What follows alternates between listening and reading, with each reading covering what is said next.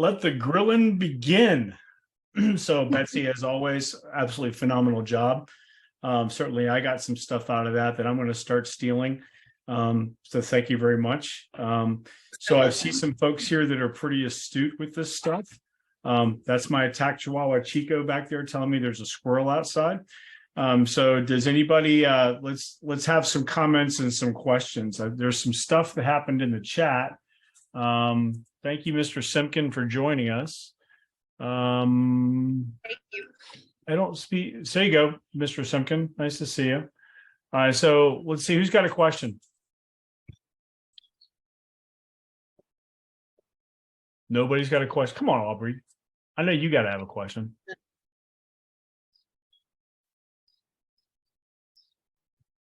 That little unmute button. Yeah, there you go. No, I mean it was very informative. I'm just taking in the different approach that you use versus what I've seen with Ruth, because I'm always with her. But it's completely different also from the actual DFL presentation that you do for your certification. I guess my question is, what, and I may be speaking out of line, but which are you still with? Are you using your family bank? Are you using the DFL program with Quility? What are you? Where are you at with that? So I use the Quility presentation. I found that I really enjoy the Quility software. I really enjoy that. I train my agents on that. So that's the one that I choose to use. I know there's different ones out there, but that's the one that we use in our agency. And to be honest, Aubrey, if you had the options to use YFB versus Quility's piece, for what we do here at Symmetry, Quility's piece is probably better. It's certainly cheaper. Yeah, for the agent. And I'll give a shout out to Melissa because she's on here. She's awesome. She helps support when you're using the Quility software, and that has been so helpful in so many cases when I've been like, Melissa, I need some help. And she's been able to help me, if maybe an agent's not available anymore and I need to find a DFL report and things like that. So, or if I need to go and change like an issue date or something like that, so I can get an updated report. So really appreciate Melissa and all the work that she does behind the scenes there. So what you guys should be reading between the lines, because I just noticed, because Betsy just brought it up, we have Symmetry royalty on this call with us today. So come on, Melissa, don't be shy. Come on. Let's say hi. I had to catch it on my car ride home because you guys are the best. And he's right. It is a little different than the certification, but the way that you guys present things, and there is no right way. And I think that's the hardest part in the insurance industry in general, is that you guys have so many ways to be able to provide all this growth and help with these families. And there really is no wrong way. You take the things that you love from everybody that loves to pour into their clients and run with it, because all this stuff is gold. Thanks. That's all I have. Yeah, of course. At some point in the near future, Melissa, we're going to have a Manhattan with bacon in it. I'm just saying. Oh, I can't wait. I can't wait. Right on. All right. So let's see. Anybody else have a question around here? I see Leah Lawson Smith is diligently taking notes. Hi, Leah. Nice to see you. Dr. Barr, any observations? Any comments? Just a hand wave? Okay. All right. There's a gentleman, tbaco@aol.com. Hi, my name is Todd. Your name is Scott? Todd. Todd? Okay, fantastic. Yeah. Hi, Todd. Nice to meet you. Hi, nice to meet you. Is this your first time with us? Yeah, absolutely. I'm very, very new agent. I just passed my license today, actually. Awesome. Congratulations. Welcome to the party. So, So I guess my question would be, so do you figure out the total amount of debt that someone has and then open up a policy based off of that? No, so actually, what I would do here, let me share again. So kind of what I would say here, if I'm kind of finishing up with a client, then I would say, hey, so the next steps is, do you think that this is something that you would be interested in? Would you like to see what your numbers are and see the comparison? And usually they say yes. Okay. And then I'll say, okay, great. What I'm going to do is gather a little bit of information, and then let's do a follow-up so that I can show you what your numbers are. And then another thing that I do actually, Todd, is at the beginning of an appointment, I kind of gather a little, I'm asking an idea of what kind of debt do you have? So do you have mortgage? Do you have credit cards? I'm looking for what is their current debt. And so then at the end, I just kind of have to say, okay, so what's that interest rate? Now what's this, what's that? So I already kind of have an idea of how much I would be putting into the policy. And what we're looking for is what are the overpayments that they're making? So if the minimum payment is $50, but they're paying $125, oh, ding, ding, ding. That tells me there's $75 that I could use for putting towards the premium. Oh, the mortgage is $1,200, but they pay $1,300. Oh, ding, ding, ding. That's a $100 that I can put towards the premium. So I'm just looking for what are the overpayments? Are they putting money into savings or towards investments that are not performing? And then also, do they have a lump sum somewhere in their savings or a CD or something like that that's not being used efficiently? And how could we put that into a policy? And again, it's just a comparison. What makes sense for your situation? If we compare it, which is the best fit? Are you using your money efficiently over here? I mean, you can choose to keep using it inefficiently, or I can show you a comparison and we can help leverage your money for you in a more efficient manner. I Gotcha. got another comment on just to add on to what Betsy just said. The question you asked, Todd, is something that a lot of people have when they first become exposed to these programs. And I would say, generally, the amount of debt is irrelevant.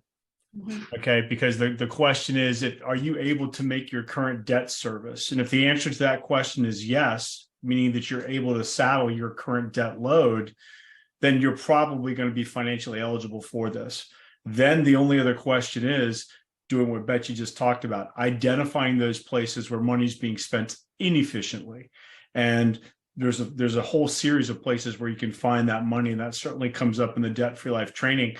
But one of the things I'll say is this: the goal is to eliminate debt in an efficient manner using their current debt load and current financial capacity. We may know that in the future someone's going to get a raise. That's great.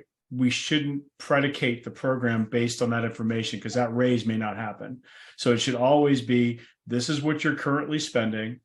This is where we found where you're spending inefficiently. And then to answer your question very succinctly, how do you figure out the program? It's not based on the amount of debt. It's based on the amount of money they can afford to support the program. And then when you get into the structuring of the program, how efficient can you make that?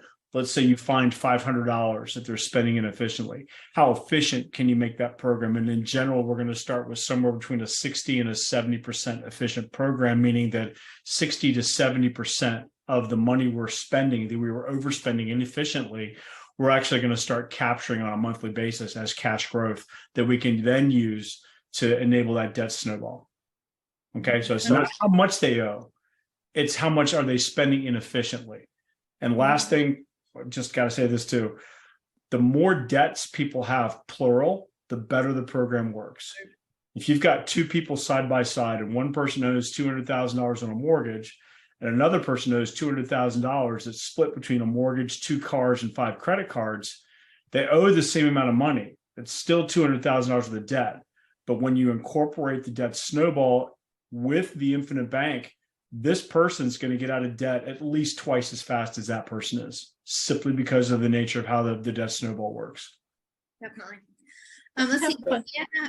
Oh, sorry. Let me answer Deanna's question, then I'll get to you, Pat. So when am I giving that presentation? So I'm the FIF reset SME for my hierarchy. And so a lot of times I'm doing that for people that have reset me to do the advanced market call.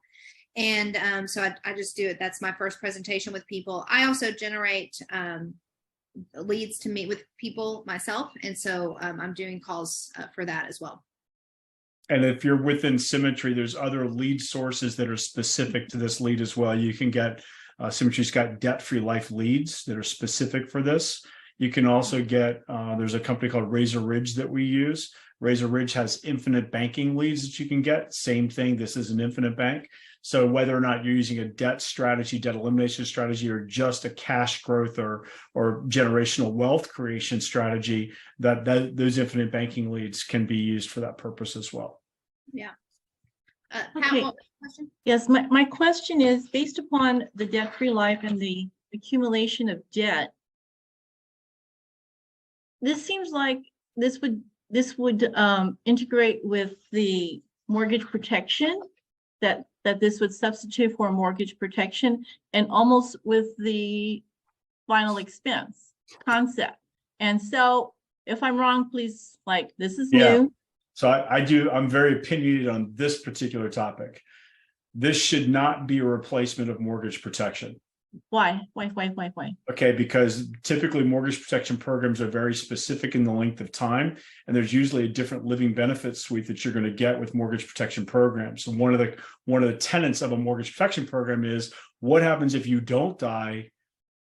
What are they going to do? Who's going to take care of you? How are you going to make your bills? Okay. What? Can you repeat in Mortgage protection. So terminal illness, chronic illness, critical illness. Those are living benefit protections that you can get with a mortgage protection program, right? So it's mortgage protection is not just, can I pay the debt off if I die? Is my family going to have a house if I die? It's, what happens if I don't die and I lose my income stream? That's what mortgage protection is all about. It's about replacing that lost wage. And that's what those living benefits are specifically for. Taking it a step further, even disability income riders and things like that. So these pieces, an infinite bank, in my opinion, should not be structured for that purpose, because you're going to get more efficiency with the living benefits from a straight term policy than you are going to get with one of these, which is participating whole life, which makes you spend more money for the life insurance component than you would need to if you're trying to do mortgage protection. Whenever I run into what you just described, I actually do both. I'll say, now look, this 10-year, 15-year, 20-year, 30-year program, this is your mortgage protection program. It's only 50, 60, 70 bucks a month, but it's designed to give you the lost wages if you happen to need it. If you get sick, injured, disabled, and can't work anymore, that's mortgage protection. This program, where we've identified all this inefficiently spent money, we're going to start capturing cash. That program is your mortgage elimination, debt-free life, whatever you want to call it. So there is a difference. There's a significant difference. And I know that there are folks out there that teach doing just one to cover both. I disagree with it. No, yeah. I have another question. So Sorry, Okay. just one second. I have to open the door for my husband. I'll be right back. Okay. Go ahead, Pat. okay, back to, I missed this section because this is my first time to hear. Regarding the debt-free life, how much down do you have to do to participate in the debt-free life typically? Like, for example, a house here, I'm in Los Angeles, a house would typically cost $700, $750. I'm living across the street to where they bought it for $750. It's just a 3 and 2. And you're built in the 1950s. They have it's a fixture original. And then they're a teacher, and his wife is pregnant and working. So how much would they have to put down for the mortgage protection and also for the debt-free life So to get for separate? debt-free life, you can structure these programs. The cheapest one I've ever done that was efficient was $58 a month. The most expensive one I've ever done is $75,000 a month. It's Oh, just the okay, wait, range. Okay. wait. When So- you said 75, how much did they put down to get the debt-free life Zero. structure? They don't put anything down. That was a monthly premium payment. Okay. You don't because- have to start this with a nest egg. Though Betsy, her family was lucky enough to have some money sitting on the sidelines that they could put into the program to get it jump started, but you don't have to. And most of them don't. Most of the ones I do don't have a startup, 1,000, 2,000, 5,000. Most of them don't have it. Okay, all right. So for the underserved community, for the standard working class community to where you live paycheck to paycheck and you manage to buy a home. And so now you're in your home, still living paycheck to paycheck and scared. So you have the mortgage protection and then you can start the debt-free life, Yep. That's what I would do. zero Oh. down. So I would identify inefficiently spent money, which you'll get in the DFL training. How do you find that? You'll get that. Identify inefficiently spent money. Look at taking some of that and creating a mortgage protection program. You may not need to cover the entire mortgage. Okay. And No, that's where you start looking at how old are they? What's their primary cause of death at their current age? If they're under the age of 40, the number one cause of death is going to be accidental death. So you cover their mortgage with some basic accidental coverage, which is inexpensive. Then you get another 100,000, 200,000 of mortgage protection that gives them all those living benefits. And that's their mortgage protection program. Now you're off to the mortgage elimination or debt-free life program, which is you identified inefficiently spent money. That's your budget. You don't have to start with any $1,000, $500, none of that. You can start with $58, $60, because at the end, what's going to happen is the debt snowball. Once it gets rolling, that's where the funding is going to come from. The majority of debt-free life programs grow because of the debt snowball, not because of the initial how much are you paying per month. And I actually did a study on this about a year and a half ago, and I looked at what the efficiency was if you look at taking everything right now and planning that to be a level throughout the year, or taking everything right now with the understanding that debt snowball is going to have an increasing amount of money going in as new debts are paid off. Okay. So I think another thing I'll just point out here, Pat, is when I first got started with this, I was like, how can anyone ever do this? And I remember my mom being like, so people who are in debt are going to pay money to get out of debt. Like, that doesn't seem to mesh up. Like something smells wrong here.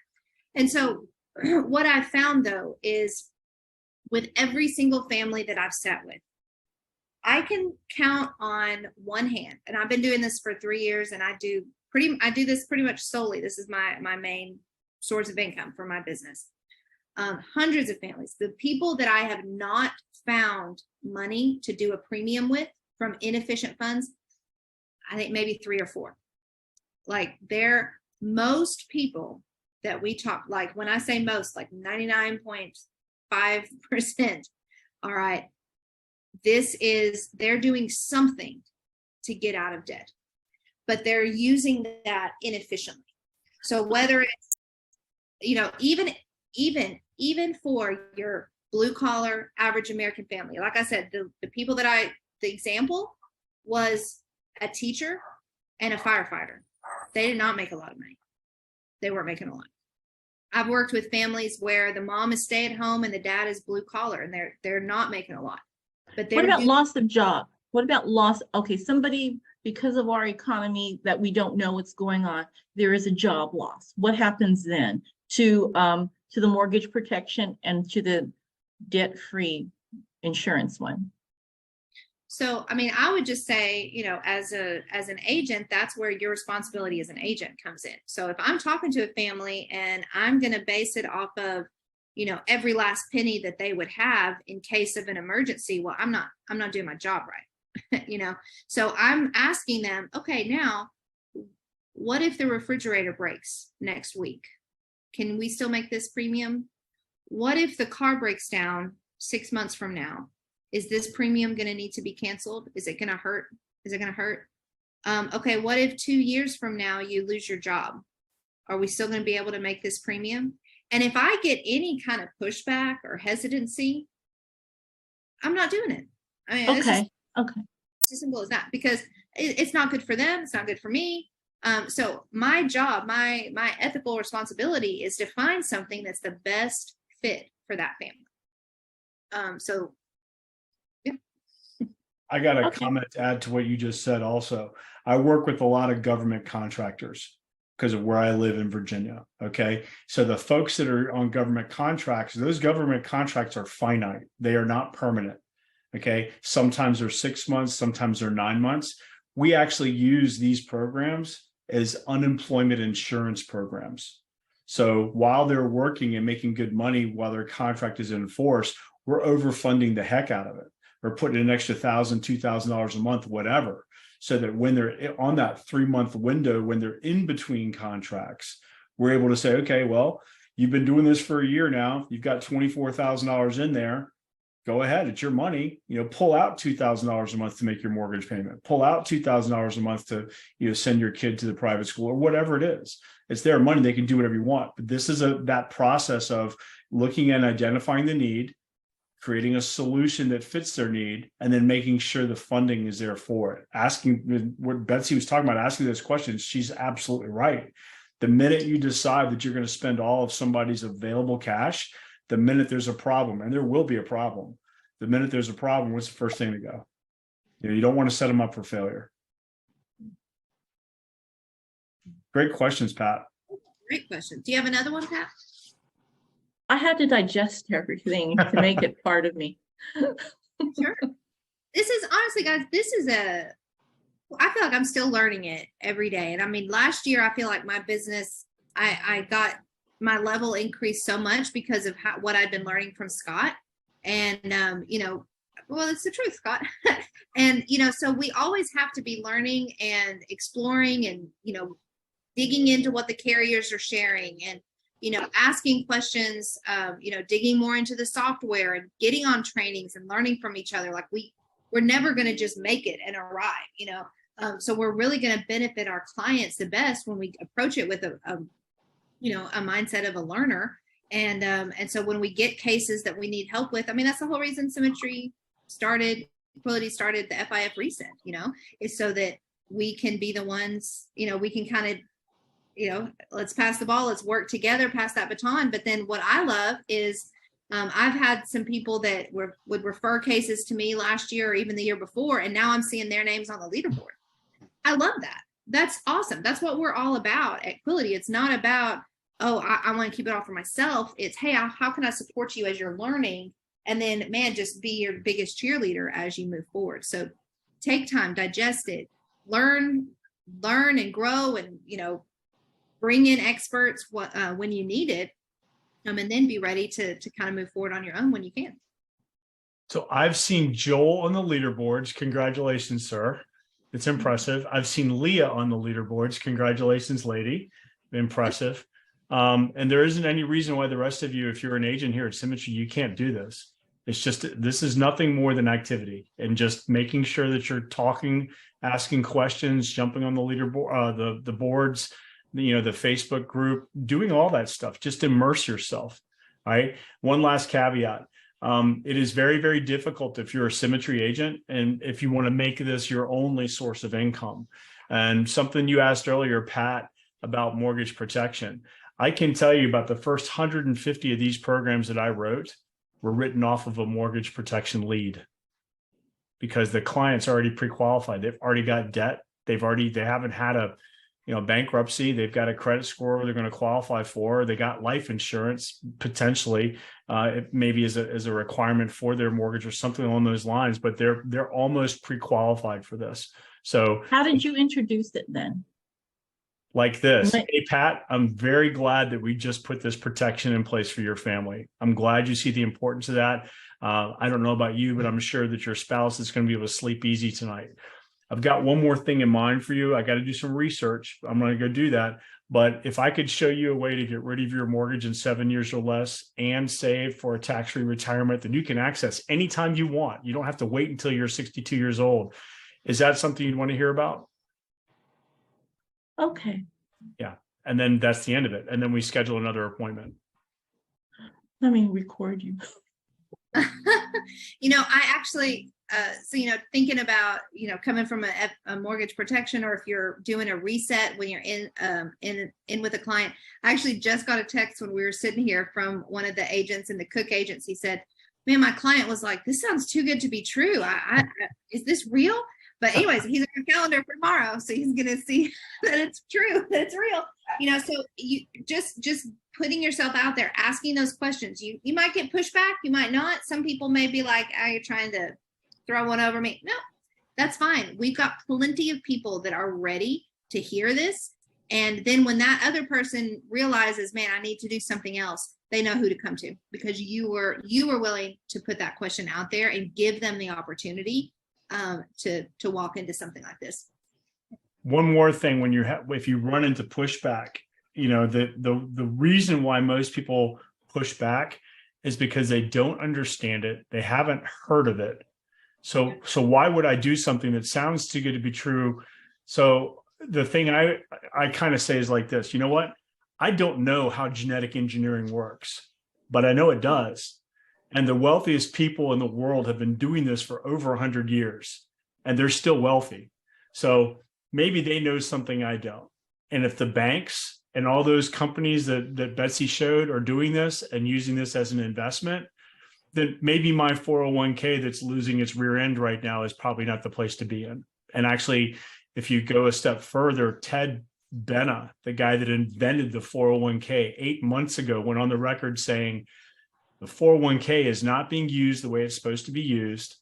It's not the way I designed it. It is not the place for you to retire with. And the program you should be in, he used the word 503, that's an infinite bank. He specifically said this program is where you should be. And actually, there's in 2022, actually all of 2021, the wealthy segment of our population saw what was getting ready to happen with the market. And they wanted a place where they could actually put money to be sheltered from market losses. This is what they petitioned for. So we had in 2022, we had a loss in the guaranteed interest rate that you could use for these programs, but we had an increase in the amount of money you could put in there. Right? Oh, yeah. So that should speak volumes to you about who's pulling the strings for these programs and their uses. And it is still the wealthy. And, I'm not one of them. I'm going to be one of them, and I'm going to do what they do. I'm just copying, copycat, right? Same thing. Definitely. There's a question here from Deanna. How healthy does the client have to be? That's the best part about this, isn't it, Scott? Like when you're meeting with the family, and like I was meeting with a couple yesterday, and found out, okay, the husband has some health issues. It doesn't matter who it's on. I'm just looking who's the youngest, healthiest out of the two of you. Yep.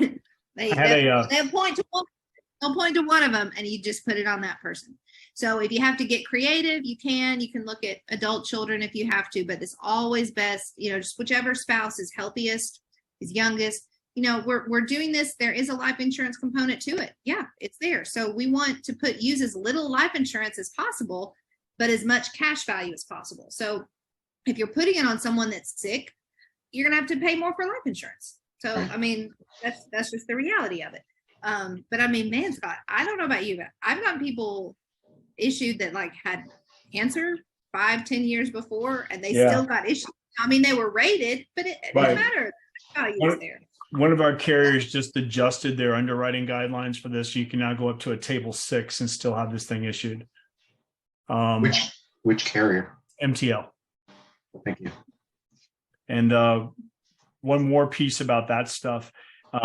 There's also one carrier, MTL, that'll actually allow you to put multiple people on the same policy. So the reason why that's important is because when you're looking at the size of the creation of that private bank is governed by the amount of paid up additions that you can buy on the base policy.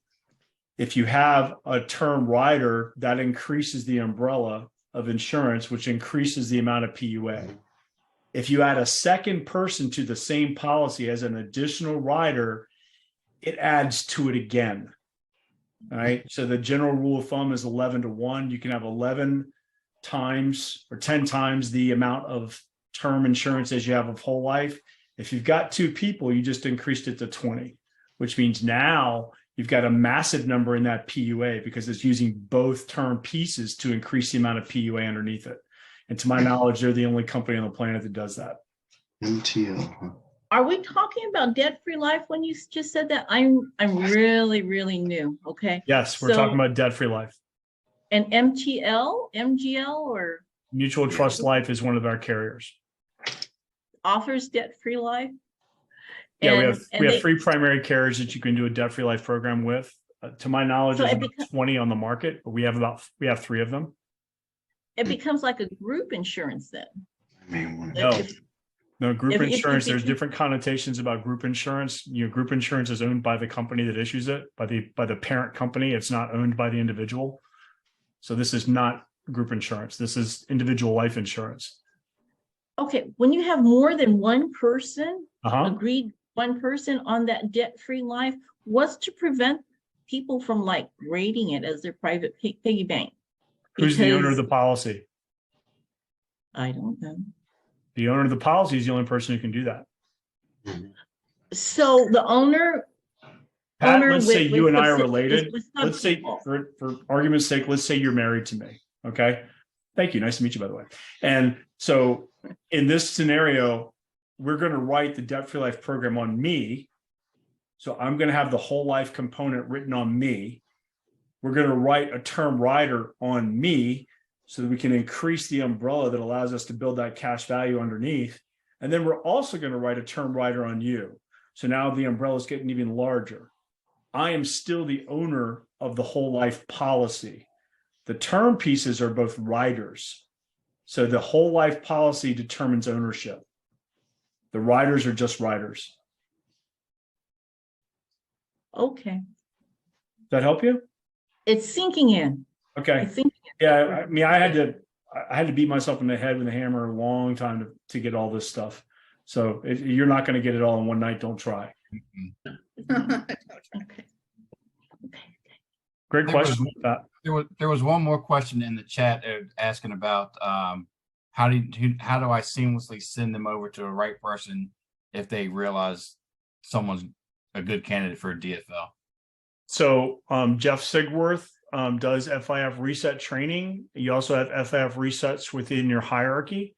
So I would definitely have that conversation with your hierarchy, whoever your upline is, see how they want to do it.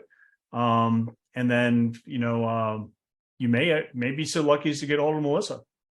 Who knows? Sherry here? Sherry to leave? Ah, Sherry left. All right.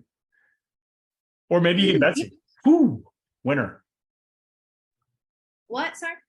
I said, maybe you get Betsy. Who knows? You luck out, right? Maybe, but yeah, you could, whoever's in your hierarchy, if you go through HQ, then it'll just pop up that person's calendar and boom, you can just go right there. Pretty awesome. Jason, did you say you had a question? Yes, I just found out that this thing, I don't have a camera on my computer, and obviously the muting and unmuting works. So this is a first time test monkey. Hey, Scott, adding to the question that you just, or actually that conversation that you said about MTL, where basically you're able to household a family. Is there a way with, so currently I have a similar situation with foresters. Couple has asked me, well, what about my spouse? I mean, I'd like to have coverage on both of us. So am I able to, for illustrative purposes with the software, plug in, run a participating life policy on the husband and wife, and then integrate that cash value to show that the distributions are actually the loans? Depends on what illustration software you're using. Okay. Otherwise, I'll have to do it manually, right? Good luck. The good old way. Yeah, I did it manually one time and I'll never do it again. It took me It's 6.5 very hours. time consuming. Yep, to do math for one particular client. I'm not doing it again. I mean, I can do it. One time I actually was. It's fun, right? But then you No, lose the it's whole not. day. It's not, but at the end of the day, if you write the policy, it's worth it. Well, here's the thing about doing it manually. Every time you do it manually, there's an increasing number of potential permutations or possibilities every time you add another debt. So if you've got one debt, there's only one order to pay it off. If you've got two debts, there's 2 orders. If you've got 3 debts, there's 6 orders. If you've got 4 debts, there's 16 orders, and it just goes up and up and up and up. So the normal person that we look that is in the sweet spot of these programs is 7 debts. So if you've got 7 debts, it's not 7 times 7. It's hundreds of potential permutations. Is it debt A, B, C, D, E, F, or is it debt A, F, C, B, D, A? All these different orders, and there's only one best order.